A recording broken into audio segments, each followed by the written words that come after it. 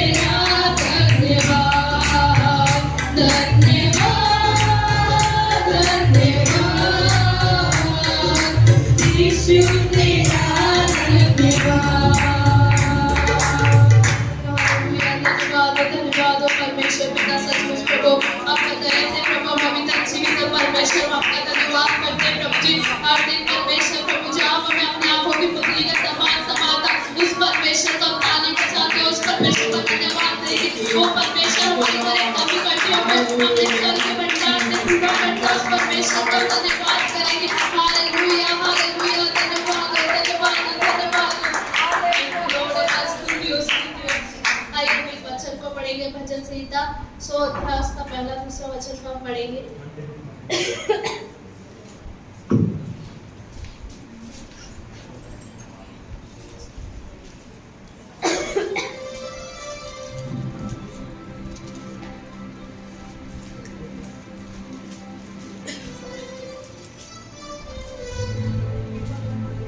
अध्याय निकालेंगे। ये सारी पृथ्वी के लोगों यहोवा का जय जयकार करो, आनंद से यहोवा की आराधना करो, जय जयकार के साथ उसके सम्मुख आओ। इससे जानो कि यहोवा ही परमेश्वर है, उसी ने हमको बनाया और हम उसी के हैं, हम उसी के प्रजा और उसकी चराई के पेड़ हैं। आमीन हालेलुया। परमेश्वर का वचन कहता है ये सारे पृथ्वी के लोगों यहोवा का जय जयकार करो, आनंद के साथ यहोवा की आराधना करते हो, जय जयकार करते हो परमेश्वर के सम्मुख। आइए हम सब लोग अपने स्थान पे खड़े होकर हम परमेश्वर की महिमा करेंगे।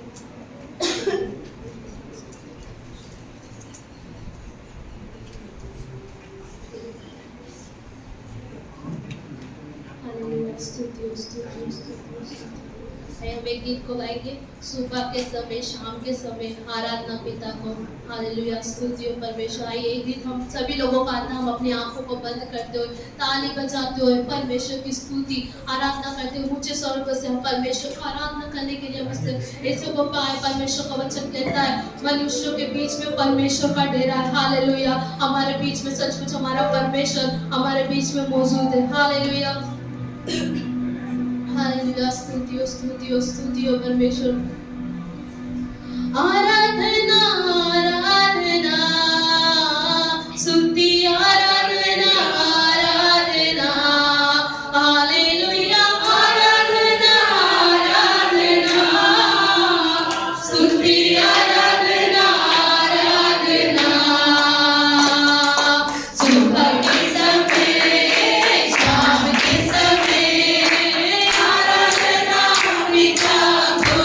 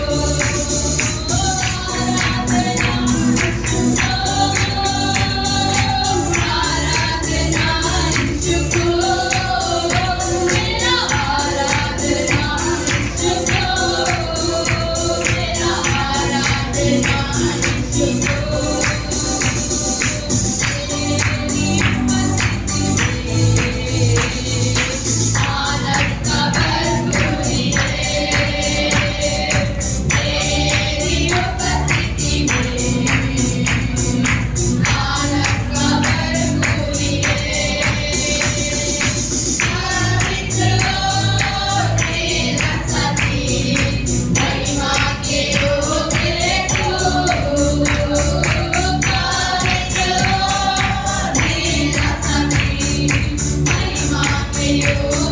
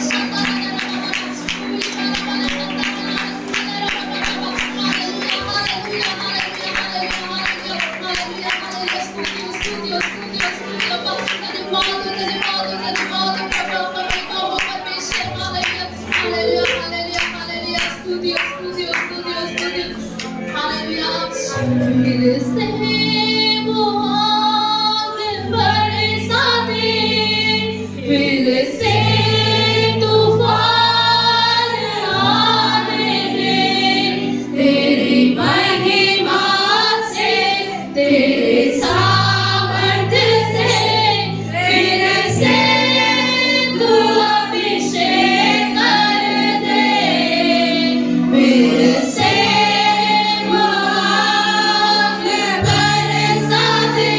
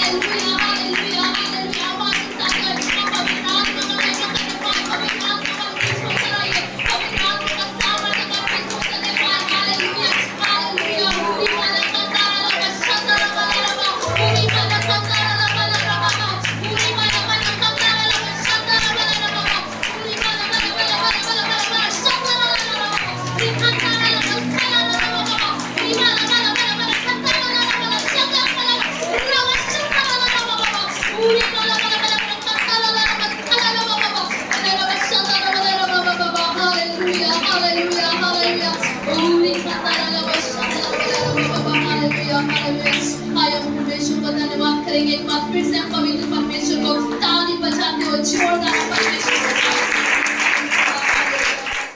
स्तोत्र। प्रभु के नाम की महिमा हो। एक वचन को निकाल कर हम पढ़कर प्रभु की महिमा करेंगे। इफिसियों के किताब 6वां अध्याय उसका 10वां वचन को पढ़कर हम प्रभु की महिमा करेंगे। इसलिए प्रभु में और उसकी शक्ति के प्रभाव में बलवन्त बनो।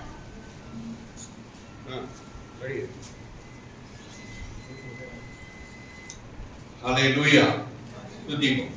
तो बाइबल बताती है इसलिए परमेश्वर और उसकी शक्ति के प्रभाव में बलवन्त बनो।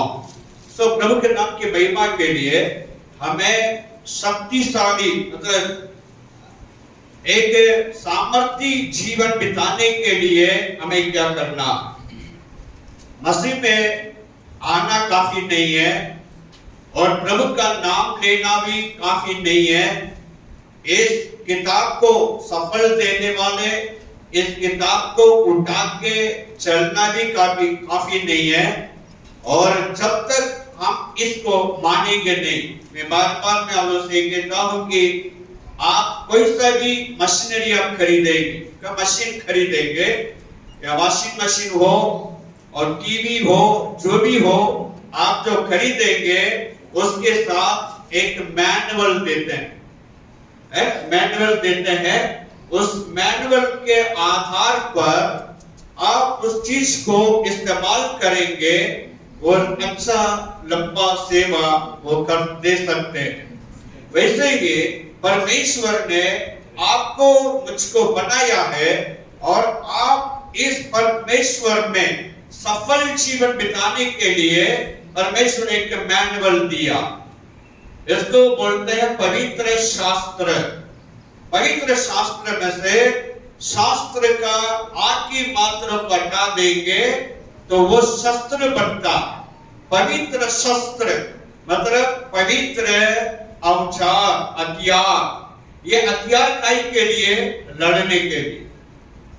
और इन हथियारों को आप सही इस्तेमाल करने के लिए इस मैनुअल को आपको पढ़ना, और इन मैनुअल को पढ़कर जो समझता है वो व्यक्ति अपने जीवन में सफलता के ऊपर सफलता प्राप्त करे। और परिवार को चलाने के लिए, हम अपने जीवन को आशीष में लाने के लिए और जीवन को सफल बनाने के लिए सबसे पहले बुद्धि का जरूरत है। और जिस व्यक्ति के पास पैसा है, पढ़ाई है, सब कुछ है, अगर उसके पास बुद्धि नहीं है तो उसके पास जो है वो जल्दी से जल्दी खत्म हो जाएगा। उसका बढ़ाने का, अगर उसके पास धन संपत्ति है, अगर उसके पास ज्ञान है और उसके पास बहुत कुछ है और उसको सही इस्तेमाल करने के लिए बुद्धि नहीं है, तो ये सब कुछ जल्दी से जल्दी खत्म हो जाएगा। और आपका जीवन में बुद्धि को देने के लिए और आपको सही मार्ग में जाने के लिए यह मैनुअल पवित्र शास्त्र आपको मदद करता है। यह पवित्र शास्त्र हर दुष्ट शक्ति से आपको लड़कर विजय दिलाता है। सो मेरे प्रियो, जो मसीह जीवन संघर्षमय जीवन है। आप ये क्या समझना है कि मसीह में मैं आ गया हूं, मसीह को मैंने विश्वास करता हूं, मैंने उनको अपनाया हूं करके हम हाथ पैर बांध करके एक जगह में बैठने से काम नहीं होगा। जब परमेश्वर ने आदम को बनाया, आदम को बनाने के पहले आदम को जो जो लगेगा उस सब चीज को पहले से परमेश्वर ने इंतजाम कर तैयार करके ही बाद में सबसे आखिरी में परमेश्वर ने आदम को बनाया। और आदम के लिए सब चीज उपलब्ध था, जो परमेश्वर ने उसके लिए सब चीज इंतजाम कर रखे थे, उसको कोई जरूरत नहीं था।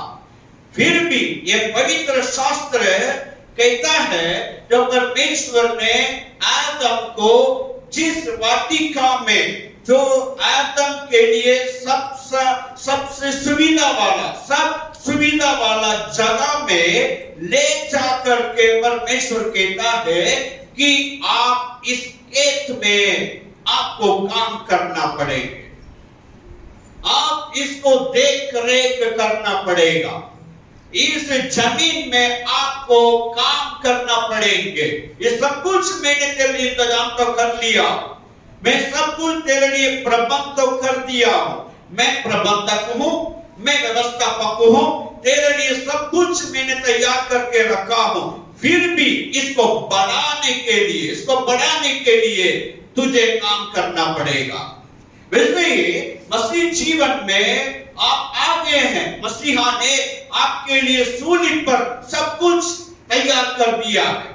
मसीहा ने सूली के द्वारा आपके सारे आशीषों को उपलब्ध कर रखा है। इसलिए मेरे साथ एक वचन को निकाल के पढ़ेंगे। इफिसियों के किताब पहला अध्याय उसका 3 और 4 वचन में देखते हैं। इफिसियों के किताब पहला अध्याय उसका 3 और 4 वचन को पढ़ेंगे। हमारे प्रभु यीशु मसीह के परमेश्वर हाँ। और पिता का धन्यवाद हो कि उसने हमें मसीह में स्वर्गीय स्थानों में सब प्रकार का आत्मिक आशीषों को रखा। और मसीह परमेश्वर ने मसीहा में सब प्रकार का आशीषों को आपके लिए मेरे लिए रखा है। और जब भजन संहिता 91 अध्याय उसका पहला वचन को पढ़िए, जो सबसे प्रधान सब प्रधान वचन को पढ़ेंगे। प्रभु की महिमा हो।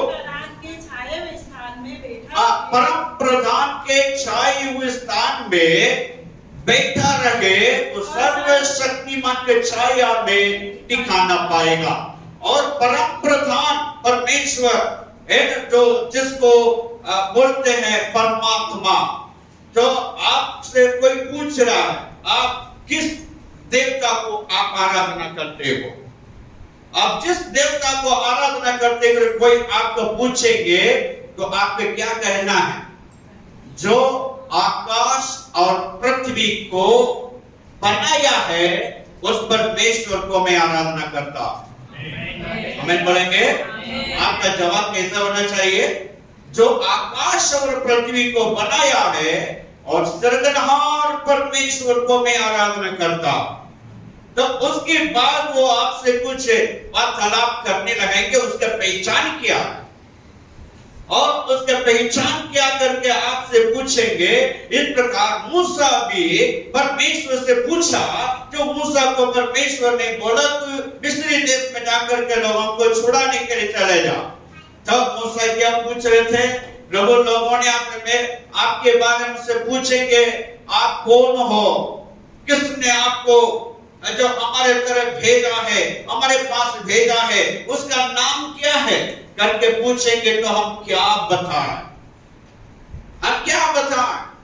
आप अपना पहचान, आप अपना परिचय को दो करके परमेश्वर के महिमा के लिए मूसा ने परमेश्वर से अपना पहचान मांगा था। परमेश्वर ने क्या दिया?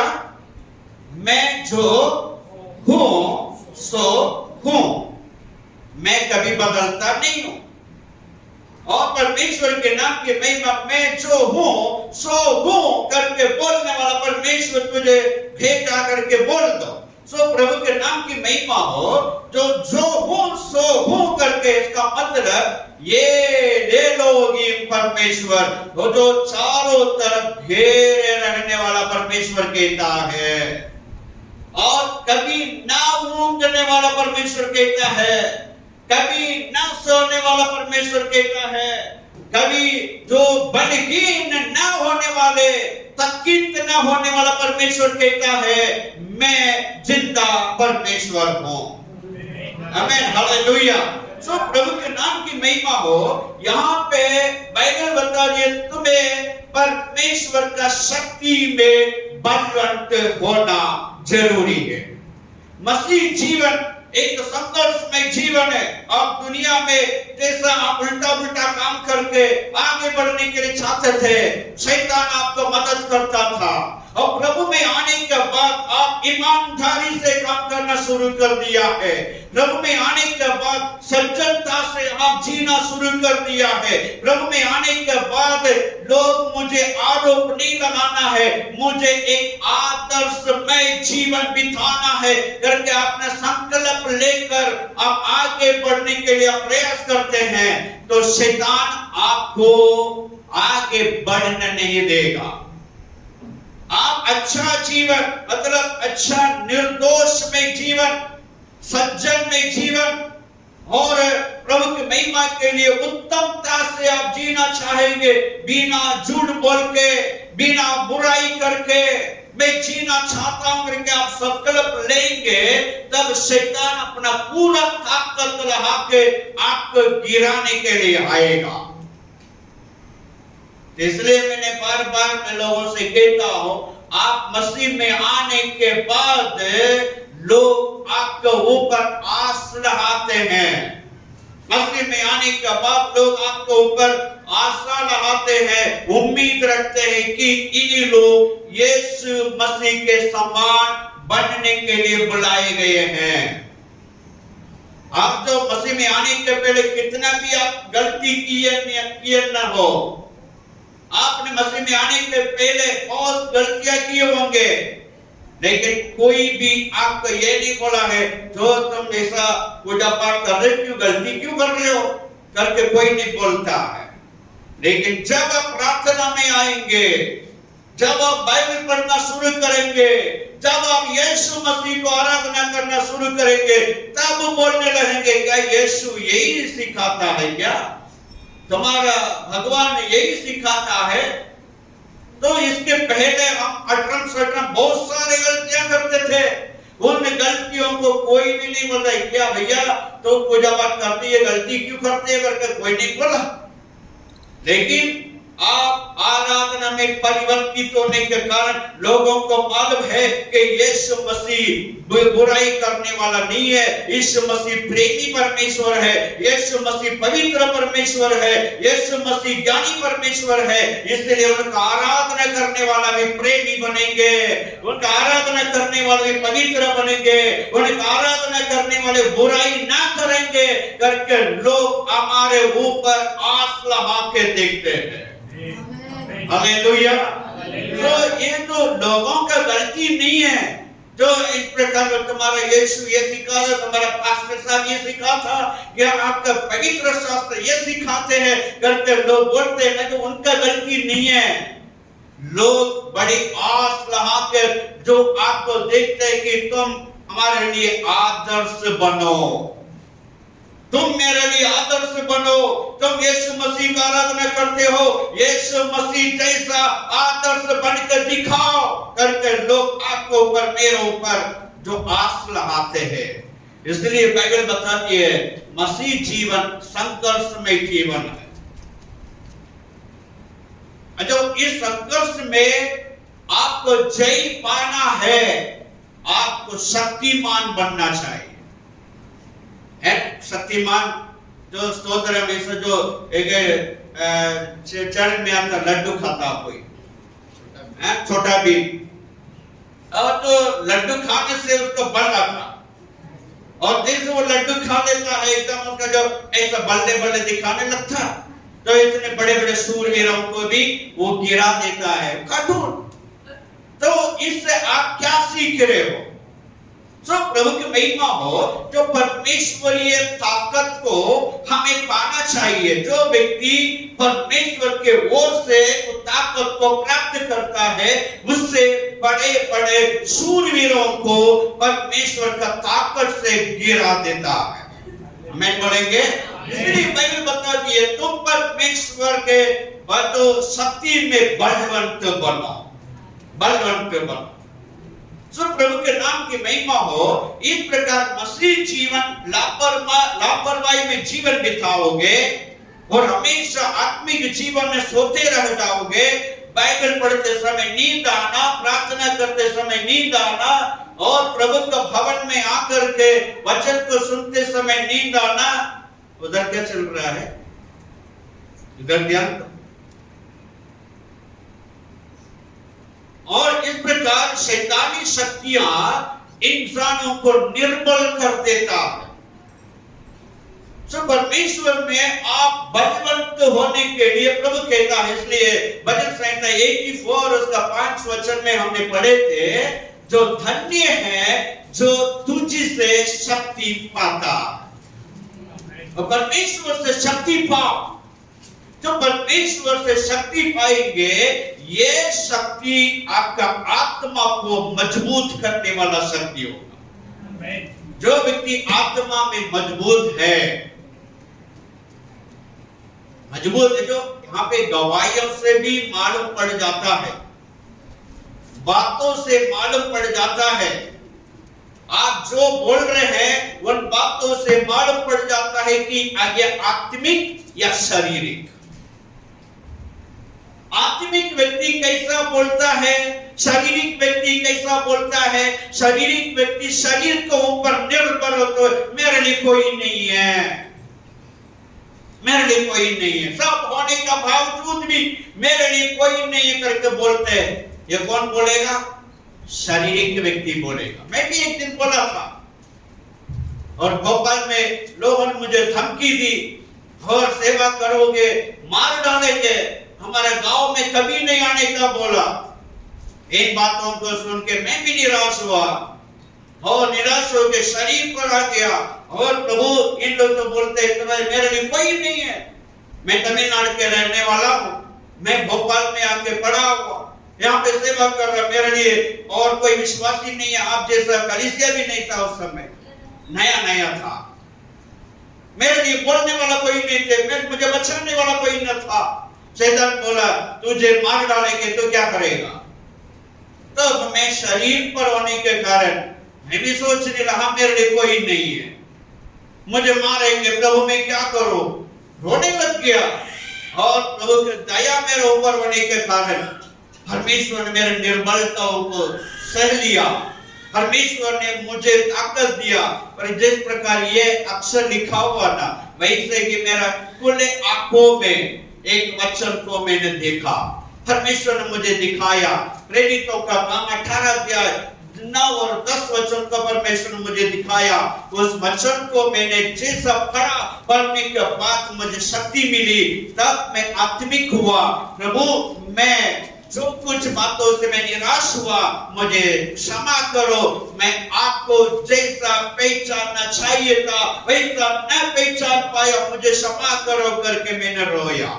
परमेश्वर के महिमा, मेरा रोना अभी परमेश्वर से क्षमा मांगने के लिए बदल गया। इसके पहले मैं डर के मारे मैंने रोया था, अब मेरा रोना कैसा बदल गया? परमेश्वर से माफी मांगने, प्रभु मैं जैसा आपको पहचानना चाहिए था वैसा नहीं पहचान पाया, मुझे माफ करो। मैंने रोया। तो प्रभु की महिमा हो। यहाँ पे इस वचन को जैसा आप स्क्रीन में देखते हो वैसा मैं अपने आंखों के सामने, ये टीवी नहीं था मेरे सामने, लेकिन परमेश्वर ने वचन को मुझे दिखाया। ये वचन पढ़ा तब मैं समझ लिया परमेश्वर मेरे साथ है। हालेलुया। सो प्रभु के नाम की महिमा हो। बातों से मालूम पड़ जाए मेरे लिए कोई नहीं है करके बोलेंगे तो परमेश्वर रोएंगे, दुखी हो जाएंगे। सत्य वचन एक कहता है, दुनिया का अंत तक मैं तेरे साथ रहूंगा। हालेलुया। और कोई भी ऐसा जो एक सोने का अक्षर में लिखवा के नहीं आए, हम शादी करें, शादी करने के बाद तो हमने ऐसा एग्रीमेंट नहीं करे हम दोनों साथ में मर जाएंगे, ऐसा एग्रीमेंट हुआ कि है? तो स्तोत्र प्रभु के नाम से, जब तक हम दुनिया में रहेंगे हम साथ में रहेंगे, साथ में मरेंगे। कोई एग्रीमेंट होता नहीं, कोई आगे कोई पीछे। तो ऐसे ही मेरा प्रिय, दुनिया में कोई भी आखिरी तक नहीं आ पाए। शमशान घाट तक आपका पहला लड़का आ सकता आपको अग्नि देने के, सड़क तक कंधा देने के लिए आपको दोस्त लगा सकते हैं, और आखिरी में वो जो वहां पे अग्नि देने के लिए आपका बेटा आ सकता, लेकिन जहां आपका आत्मा पहुंचा वहां पे हाथ तक कौन आ सकता है? कोई नहीं आएंगे। आखिरी तक हमारे साथ रहने वाला हमारे परमेश्वर ही। हालेलुया। इसलिए कोई साथ दे या ना दे, कोई आपका साथ दे या ना दे, आप अपना साथी परमेश्वर को ऊपर विश्वास करके उनका हाथी जैसा बल प्राप्त करो। हालेलुया। इसलिए मेरे प्रिय मसीह जीवन एक संघर्ष में जीवन है। इस संघर्ष अकेला करोगे थक जाओगे। ये लड़ाई को अकेला करोगे थक जाओगे। चाहे वो छोटा हो, बड़ा हो, माँ हो, पापा हो, पति हो, पत्नी हो, जो भी हो, आप अकेला लड़ेंगे तो आप जल्दी से जल्द थक जाएंगे। इसलिए परमेश्वर कहता है प्रभु में उसकी शक्ति के प्रभाव में बलवान बनो। और बलवान बनेंगे। मैं कहता हूं जैसा लाजर और धनवान के घटनाओं को आपने लोग समाचार किताब में आपने पढ़े, जो प्रभु के नाम की महिमा हो। और धनवान अपना स्वादिष्ट भोजन 3 बार वो खाता रहा और बैंगनी वस्त्र पहनकर अच्छे कपड़ा पहनकर घूमा करता था। लेकिन बाइबल बताता है कि वहां पे उनके घर के सामने डेवड़ी पर एक भीख मांगने वाला भिखारी बैठा हुआ था। और जब उसका मुंह से जूठन गिरेंगे और अपने हाथों से कुछ यूं करेगा, कुछ गिरेंगे, उसको उठा के काम करके जूठन के इंतजार कर रहा था। बाइबल बताती है दोनों का मृत्यु एक साथ हुआ है। धनवानों को दफनाने के लिए, अधिकारी को दफनाने के लिए, बड़े बड़े लोगों को दफनाने के लिए बड़ी जुलूस लगी है। हाँ, जब हम देखते हैं उज्जैन में कोई महान व्यक्ति, धनवान और बड़ा व्यक्ति, अच्छा नाम कमा व्यक्ति जो मर रहा है तो कितना जुलूस निकालता है, उनके पीछे कितने लोग जाते हैं। और कोई लावारिस हो तो लावारिस को स्तोत्रम दफनाने के लिए नगर नियम के अलावा कोई नहीं जाते। लेकिन बाइबल बताती है ये धनवान को दफनाने के लिए बहुत सारे लोग हैं। लेकिन बाइबल सत्य बात ये कहता है और ये लाजर को स्वर्गदूत उठा के लेके गए। आमीन बोलेंगे। हालेलुया।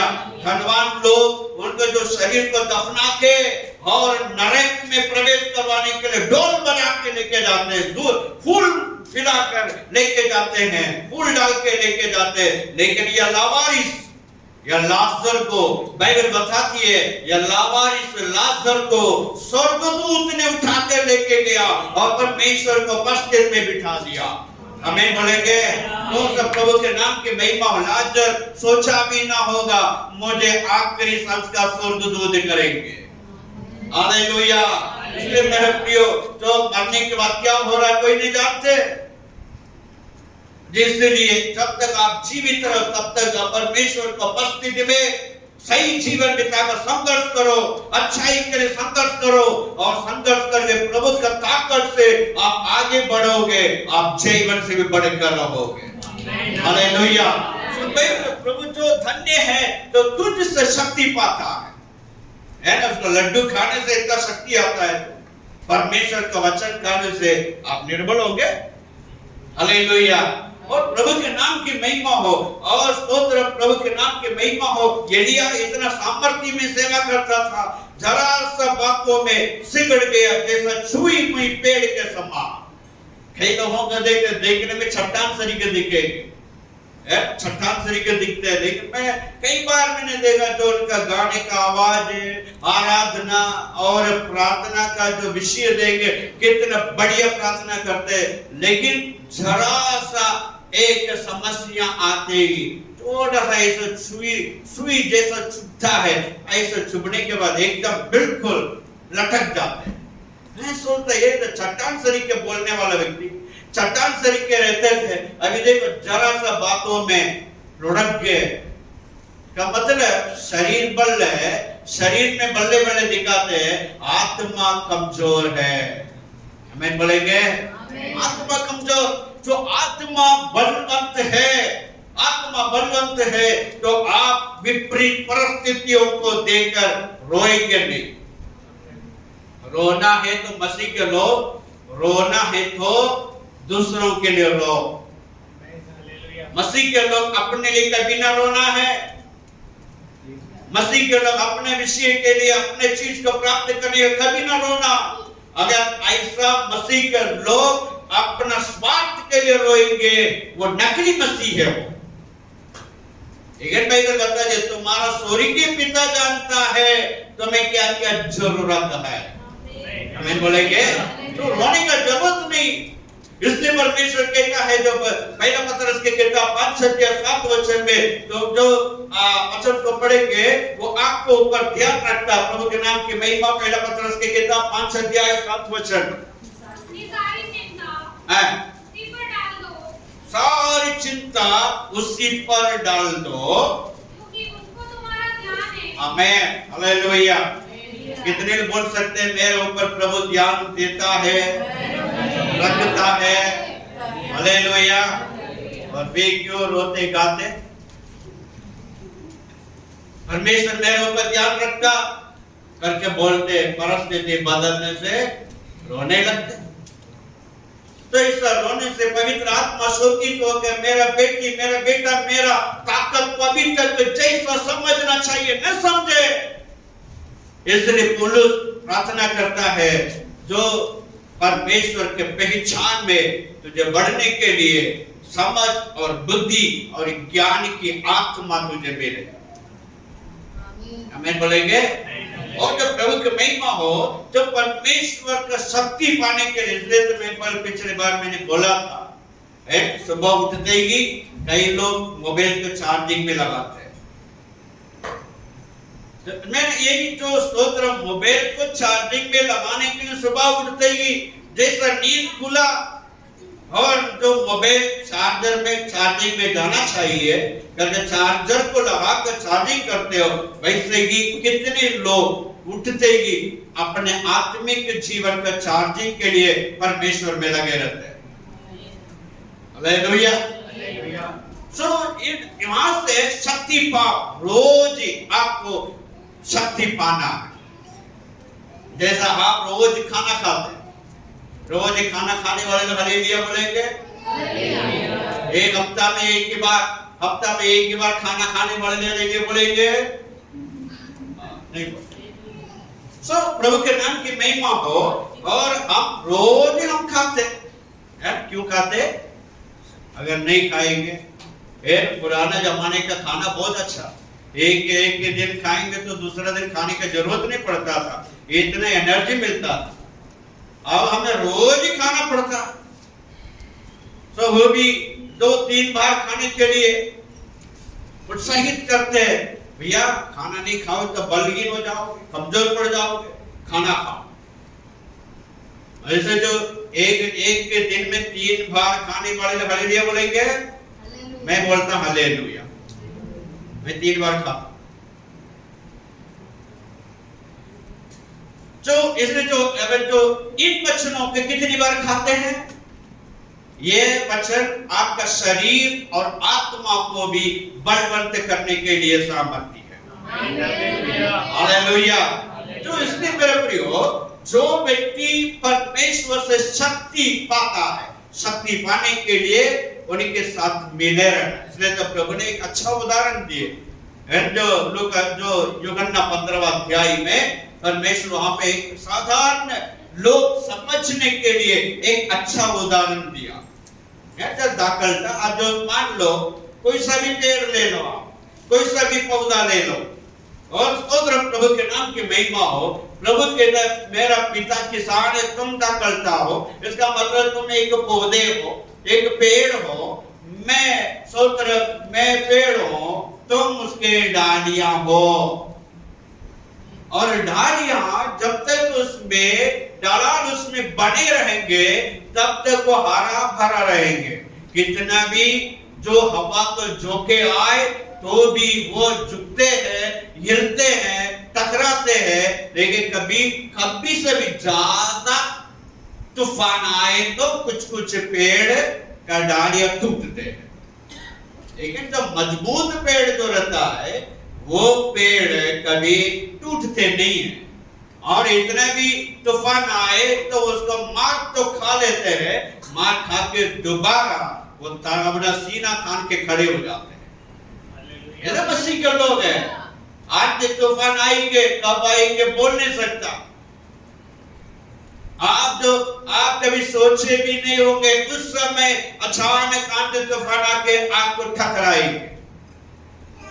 इसलिए मेरे प्रियो, जब यीशु ने कहा तुम्हारा फाउंडेशन सही हो, जब तक मसीह जीवन का फाउंडेशन, जैसे तो कोई आपको बोलेगा तो आप ईसाई हो, तो हम तो मना कर देते, हम ईसाई भी नहीं, कसाई भी नहीं।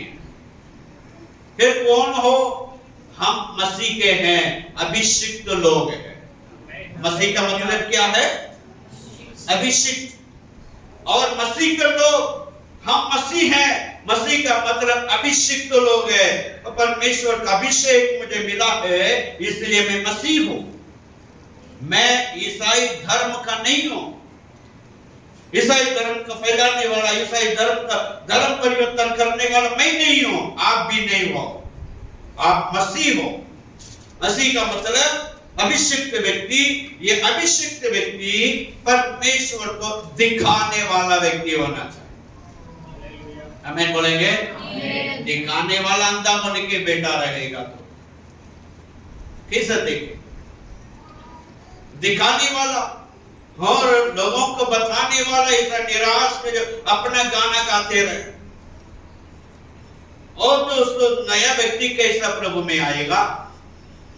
हम अपना गाना गाते रहे, हम इस परेशान हो रहे। इसलिए मेरे प्रियो, इन परेशानियों को सामना कर कर जयवंत होकर आप गवाह बनो।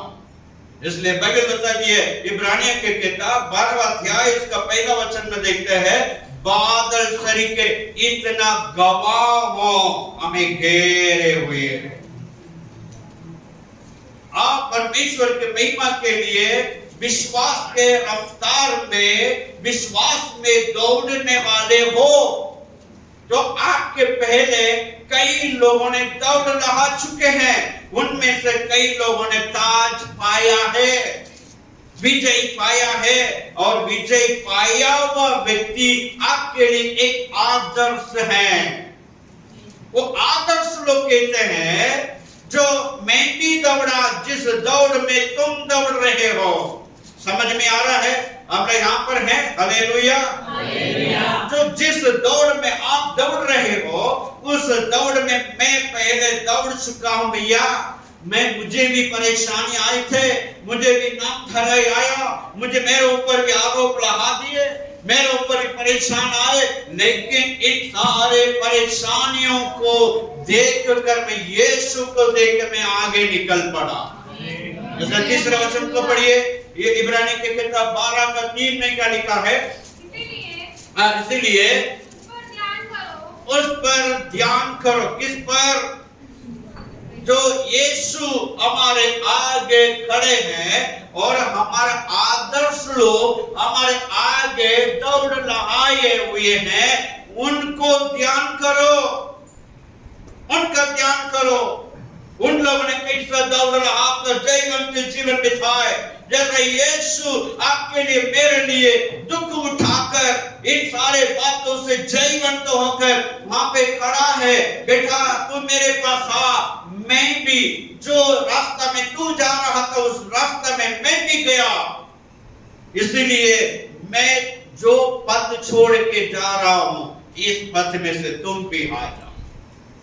मेरे चरणों को, मेरे पदों के चिन्ह पर तुम भी आ जाओ। सब प्रभु के नाम की महिमा हो। और जो स्तोत्र जंगलों में देखते हैं, कई घना जंगल में, लेकिन इंसान एक हफ्ता एक छोटा सा मार्ग में चलते फिरते 1 हफ्ता तक रहेगा, तो वहां पे एक छोटा सा पगडंडी रास्ता बन जाता है कि 1 हफ्ता इंसान 1 हफ्ता घने जंगल में भी वो चलता फिरता रहेगा, और उसका पैर पड़ते ही वहां का जो घास पौधे जल जाते हैं।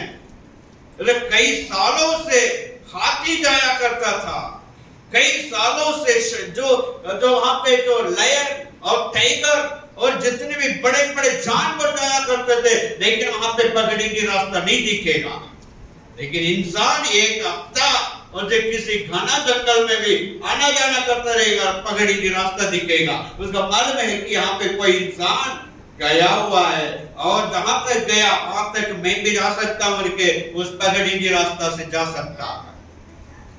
वैसे मेरे प्रियो, हमारे पूर्वज लोगों ने आपके पहले दौड़ लगाकर हर एक जो इन चीजों को सामना करते करते जयवंत होकर मतलब आगे बढ़ के बोले, मैं जयवंतों के ताज पहन लिया हूं, तुम भी आ जाओ, तुम भी आ जाओ। तो निराश न होना, मसीह जीवन संघर्ष में जीवन है, लेकिन जैसा मैंने प्रभु में लगे रहते हुए, प्रभु में चिपके रहते हुए उसका शक्ति को मैंने प्राप्त कर इन सारे विपरीत परिस्थितियों का अनुकूल में बदल कर यहाँ तक आया, वैसे ही तुम भी आ सकते हो करके आपके लिए मेरे लिए एक चुनौती देने वाले लोगों को वो देखने के लिए प्रभु बोल रहा है। हालेलुया। बाइबल बताती है जो बादल सरीखे इतने गवाही हमारे घेरे हुए हैं, इसलिए क्या करना है? रोकने वाली वस्तु, जब तक आप दुनिया में रहेंगे तब तक कई चीज आपको रोकेंगे। रोकने वाली वस्तु, उलझाने वाली बात है, सब बाइबल बता दी। पढ़िए, प्रभु के नाम की महिमा हो। जो इब्रानी की किताब 12 अध्याय उसका पहला वचन में लिखा है, 12 का पहला में, इस कारण जबकि गवाहों का ऐसा बड़ा बादल हमको घेरे हुए हैं, तो आओ हर एक को रोकने वाली वस्तु, कौन सा आपको रोकेगा प्रभु में बढ़ने के लिए, प्रभु में शक्ति पाने के लिए आपको रोकेंगे। शैतान को मालूम है कि इनको मैं ना रोकूं तो ये मुझे अपने पैरों तले रोंद लेंगे। हालेलुया। शैतान क्यों रोक रहा है आपको? प्रार्थना करने में क्यों रोक रहा है? बाइबल पढ़ने में क्यों रोक रहा है? क्यों धमकियां मिल रहे हैं? क्यों इस प्रकार की बातें शैतान बोल रहा है? वो शैतान स्वयं जानता है कि इन प्रिय लोग प्रभु में बढ़ेंगे, मैं एक के दिन मैं इनका पैर के तले हो जाऊंगा, वो मुझे रोकेंगे, इसीलिए मैं इनका बलवंत होने नहीं दूंगा। कहीं ना कहीं अटरम सटरम जो बातों को ले आकर के आपका मन में डाल करके आपके डिप्रेशन में डाल देंगे। प्रार्थना करने के लिए मन न लगेगा, प्रभु का नाम लेने के लिए मन न लगेंगे, तब शैतान ढोल बजाकर आराधना करेगा, वर्शिप करेगा। और इसलिए मेरे प्रियो, आपको प्रभु में बलवंत होकर उस शक्ति पर जयवंत होने के लिए आपको सामना करना पड़ेगा। इसलिए प्रभु में बने रहो, बार बार आपको बोलना है। जब जब ऐसा विपरीत परिस्थितियां आपको दिख रहे हैं तो आपको बोलना है, मैं प्रभु में हूँ, प्रभु मुझ में है। बोलिए, सब बोलिए, मैं प्रभु में हूँ, प्रभु मुझ में है। हालेलुया। जब परेशानी आएंगे तब इस प्रकार आप बोल के देखो, आपका मन प्रफुल्लित होगा, आपका मनोबल स्ट्रांग होगे, आपके आत्मा मजबूत होगे। विपरीत परिस्थितियां हाथ से धीरे धीरे धीरे वो जो अपना जगह को खाली करके एक समतल रोड बना देगा, आप आगे बढ़ सकते हो। हालेलुया। इसलिए हाथ पैर मांग के मत बैठो, मेरा परमेश्वर मेरे लड़ाएंगे। जब प्रभु के नाम की महिमा के लिए प्रभु आपको बोल रहा है कि आपको सामना करना पड़ेगा, मैं सब कुछ कर दिया हूं, फिर भी तुझे इन सब कुछ करना पड़ेंगे प्रभु में, और उसके शक्ति के जो प्रभाव में बलवंत होकर शैतान को सामना करना। ऐसा करेंगे आप हर दिन जयवंत जीवन बिताएंगे। हालेलुया। हर दिन बड़े बड़े समस्या आ सकते हैं, हर दिन तूफान आ सकते हैं। यीशु ने कहा मत्ती सुसमाचार किताब में, जो मेरे पास आता है और मेरे बातें सुनता है, जो मानता है, वो व्यक्ति ऐसा व्यक्ति का समान है जिसने अपना घर चट्टान पर खोद के बनाया हो। आमीन। और प्रभु के पास आए जो आते हैं, सुनते हैं, मानना चाहिए। आओ, सुनो, मान। यहाँ पे ट्रिनिटी, और आओ, सुनो, मानो, तब तेरा फाउंडेशन अच्छा हो जाएगा। मसीह जीवन का फाउंडेशन अच्छा हो जाए, तो भी प्रभु के नाम की महिमा के लिए। और जो सोदर आजकल पंजाब में इतना बड़ा बेदारी को हम देख रहे, क्यों, कैसा हो रहा है वहां पे, क्यों हो रहा है ऐसा? दूसरा प्रांत में क्यों नहीं हो रहे? वहां पर बस एक व्यक्ति साधु सुंदर सिंह करके एक व्यक्ति प्रभु के दया के लिए निकला। वो व्यक्ति पंजाब पूरे घूम घूम के परमेश्वर का बड़े बेदारी को लेकर आएगा, और भारत का जो प्रेरित कहा जाता है वो व्यक्ति, उस व्यक्ति सिंह जो सरदार परिवार का था, उनका पापा ने उसको धमकी दी, यीशु को छोड़ो, इसलिए उन्हें सुंदर लड़की को लेके आया, इस लड़की से तुझे शादी होगा, ये लड़की शादी करके अपने घर गृहस्थी बढ़ाओ, तेरे लिए धन संपत्ति बहुत देते हैं। उसने लड़की से बोला, क्या बोला? मेरे पास एक ही हृदय था, एक ही मन था, मैंने प्रभु को दे दिया। अगर मैं तुझसे शादी करूं, मैं तुझे कभी भी खुश न रखूंगा, मैं अपना जिंदगी को प्रभु के लिए दे दिया। हालेलुया। इसलिए जो स्तोत्र पंजाब में इतना बड़ा बेदारी परमेश्वर का नाम की महिमा हो रहा है, एक व्यक्ति अपना कुर्बानी को दिया है। हम क्या दे रहे हैं अपने परिवार के लिए? अपने परिवार के लिए क्या दे रहे हैं? जो प्रभु के महिमा के लिए क्या कुर्बानी दे रहे हैं? जो प्रभु के नाम की महिमा अपने परिवार के लोगों को मदद नहीं कर पा रहे, वो व्यक्ति अपने जिंदगी को परमेश्वर के लिए पूरा बलिदान दिया। जैसे वो भी जो किसने इस प्रकार के का प्रकाशन पाया जब उसका आत्मा स्वर्ग में गए, जैसा पौलुस तीसरी स्वर्ग तक उठा लिया गया था, वैसे ही ये व्यक्ति जब आत्मा में रूपांतरित होकर, आत्मा में होकर स्वर्ग उठा लिया गया, तब एक व्यक्ति का जो प्रार्थना का आवाज सुना, प्रभु मेरा भारत देश को सुधी लो, मेरा भारत देश को सुधी लो करके एक व्यक्ति बार बार ऐसा ऊंची आवाज से प्रार्थना कर रहा था। वो स्वर्गदूत से पूछा कि ये व्यक्ति भारत के लिए प्रार्थना कर रहा है, ये व्यक्ति कौन है? जब उसने बोला ये साधु सुंदर सिंह है, जहां पर उसका जन्म, पंजाब में उसका जन्म हुआ है, उसका बोझ है सारे भारत को उद्धार पाना है। अभी तक वो स्वर्ग में परमेश्वर से प्रार्थना कर रहा करके बाइबल बताती है। तो बाइबल नहीं बताता है, बल्कि उसने स्तोत्र में दर्शन में देख के उन्होंने जो बताया। प्रभु के नाम की महिमा हो, इसलिए वहां पर बेदारी। और छोटा सा कलीसिया में कम से कम 500 के ऊपर लोग विश्वासी बन के जी रहे, छोटा सा कलीसिया। प्रभु के नाम की महिमा हो। यहाँ पे बाइबल बताता आप और मैं जब तक परमेश्वर के लिए अपना जीवन को कुर्बान न दे, कई लोग प्रभु से लेना जानते, प्रभु से लेना जानते, प्रभु के लिए देना नहीं जानते, प्रभु के लिए जीना नहीं जानते।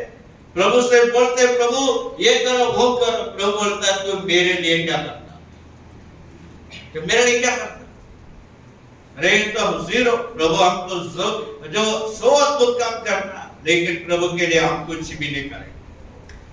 इसलिए मेरे प्रियो, आप अपना विपरीत परिस्थिति में हार ना मानते हुए हार पहनने के लिए तैयार हो जाओ।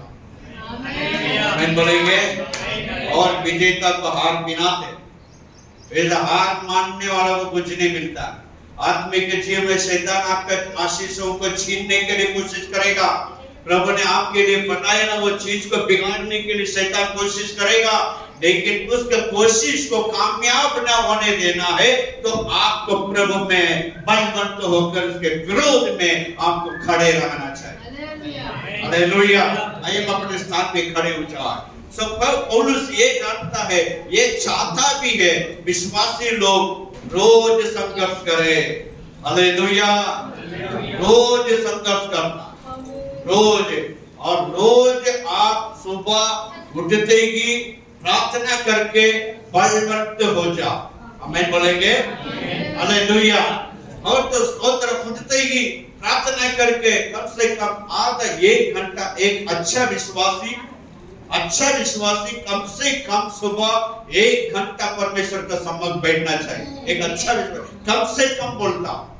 और प्रभु का सेवा करने वाले लोग कितने घंटे बैठना, कम से कम जरा समय का दशमांश भी देना है, कम से कम। और 2.5 घंटे हमें परमेश्वर की महिमा के लिए समय न दे तो सेवा बेकार है। आप जो सेवा करो सेवा बेकार है।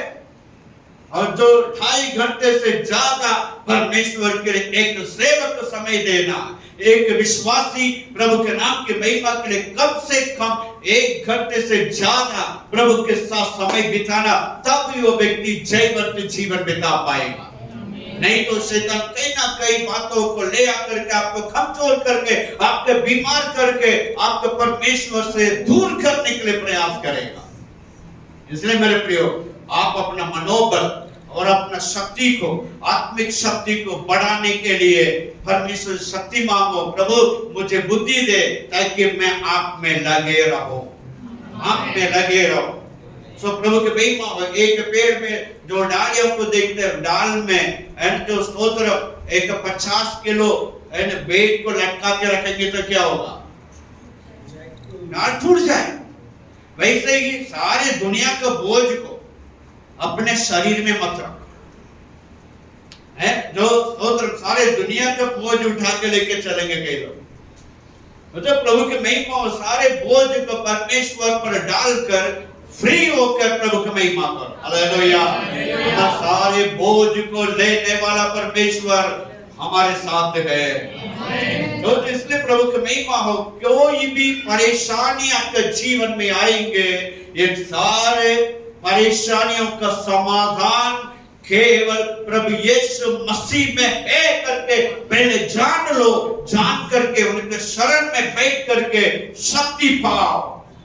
समस्या कभी बदलेंगे नहीं, लेकिन आपको उसको ऊपर चलाने के लिए हमारा परमेश्वर सामर्थ्य है। Hallelujah, hallelujah. परेशानी ना आना, बीमारी नहीं आना करके कभी प्रार्थना ना करो। प्रभु कभी ना सुनेंगे। जब तक ये शरीर रहे तब तक बीमारी आ सकता है, लेकिन बीमारी को ऊपर आपको जयवंत देने वाला प्रभु पर विश्वास करो।